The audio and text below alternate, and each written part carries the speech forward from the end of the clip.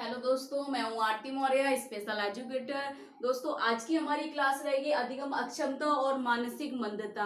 और हम डिफरेंस देखेंगे लर्निंग डिसेबिलिटी और मेंटल रिटार्डेशन में क्या क्या डिफरेंस है। इनकी दोनों की अलग अलग कंडीशन है। दोस्तों, हम देखते हैं कि लर्निंग डिसेबल्ड बच्चे को या स्लो लर्नर बच्चे को एमआर की कंडीशन में रख दिया जाता है या एमआर बच्चे को एलडी की कंडीशन में रख दिया जाता है, जबकि इनकी दोनों की कंडीशन क्या है, अलग अलग है। सबकी विशेषताएं क्या है, अलग अलग है। देखते हैं कि लर्निंग डिसेबिलिटी और मेंटल रिटार्डेशन में क्या क्या अंतर है, इनकी कंडीशंस में क्या क्या अलग अलग विशेषताएं हैं। सबसे पहले कह रहा है लर्निंग डिसेबिलिटी में क्या है, यह एक प्रक्रिया है, स्थिति नहीं है। वो कह रहा है कि यह एक प्रक्रिया है, जैसे कि बताया गया था लर्निंग डिसेबिलिटी अधिगम अक्षमता एक प्रक्रिया है जिसमें सीखने की प्रक्रिया क्या हो रही है, कम हो रही है। इसलिए वो कह रहा है कि अधिगम अक्षमता एक प्रक्रिया है, स्थिति नहीं है। ठीक है। फिर कह रहा है जो मेंटल रिटार्डेशन कह रहा है कि यह एक स्थिति है, बीमारी नहीं है। यानी कि जो मानसिक मंद व्यक्ति है उसकी स्थिति है वो, लेकिन बीमारी नहीं है।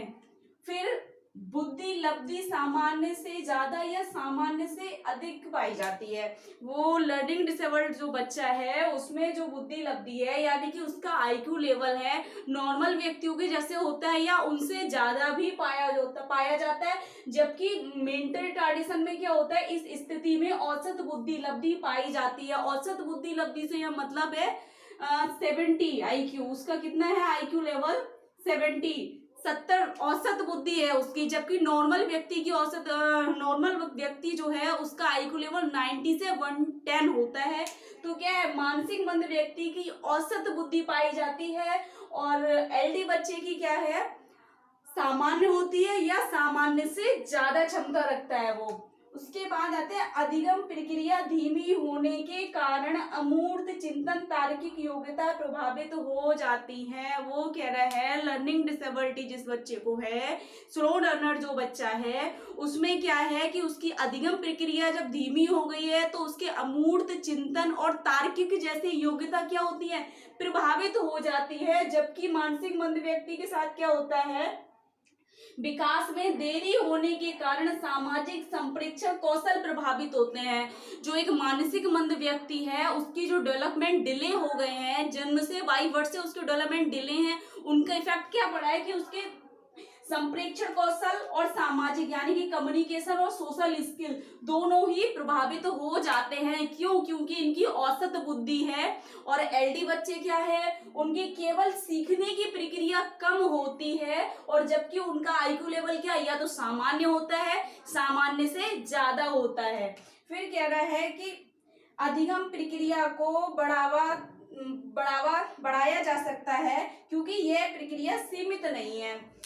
जो एलडी बच्चा है उसकी अधिगम प्रक्रिया रुक गई है या हम कह सकते हैं सीखने की जो प्रक्रिया है वो रुक गई है, लर्निंग प्रोसेस क्या है, स्टॉप हो गया है। तो उस प्रक्रिया को हम बढ़ा सकते हैं, कंटिन्यू कर सकते हैं कुछ टेक्निक्स के द्वारा, रिमेडियल सेशन के द्वारा क्या कर सकते हैं, हम उस बच्चे की सीखने की प्रक्रिया को बढ़ाया जा सकता है। जो उसकी दर है उस दर में हम बढ़ावा कर सकते हैं।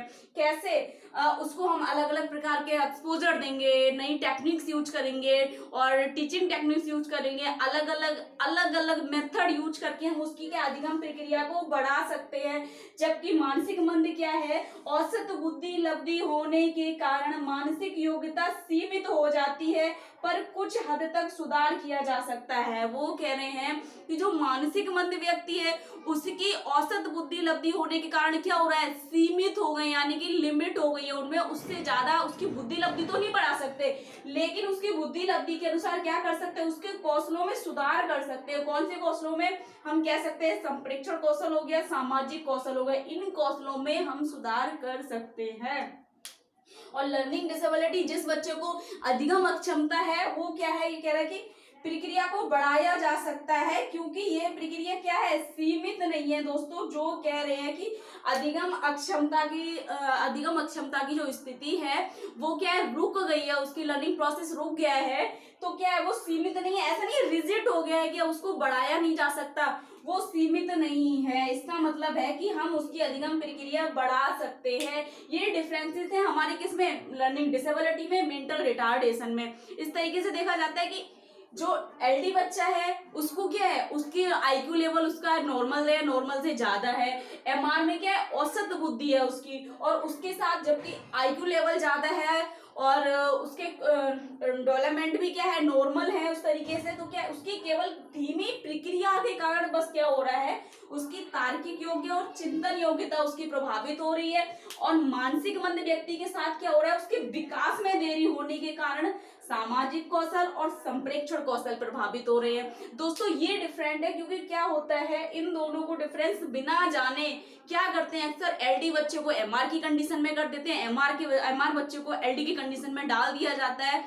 ये बहुत अच्छा, सरल और बहुत आसान तरीका है, हम उनके ऐसे उनको अलग अलग कर सकते हैं कि एलडी बच्चे की क्या कंडीशन है और एमआर बच्चे की क्या कंडीशन है। दोस्तों एलडी को हम क्या कर सकते हैं, एक हमारे पास इनके लिए हम कह सकते हैं कि इनकी जो लर्निंग प्रोसेस है, जो रुक गया है, उसको बढ़ा सकते हैं। कैसे बढ़ा सकते हैं दोस्तों, रिमेडियल सेशन के द्वारा इनको एक्स्ट्रा क्लास दी जाए, इनके एक्स्ट्रा क्लास जो उनके गैप्स हैं इनकी लर्निंग में, उनको फिल किया जा सकता है टीचिंग टेक्निक्स से, या हम कह सकते हैं रिसोर्सेज रूम से। ये वहां से जो मेथड आते हैं, नए नए मेथड आते हैं, उनको यूज करके हम क्या कर सकते हैं, इनकी जो लर्निंग प्रोसेस को कंटिन्यू कर सकते हैं, क्योंकि ये सीमित नहीं है। और जो हमारे एमआर बच्चे हैं, मेंटली रिटार्डेड बच्चे हैं, उन कौशलों पर अगर हम काम करेंगे, इनको ट्रेन करेंगे, प्रशिक्षण देंगे, तब इन कौशलों को क्या कर सकते हैं, हम बढ़ा सकते हैं, कुछ हद तक सुधार कर सकते हैं।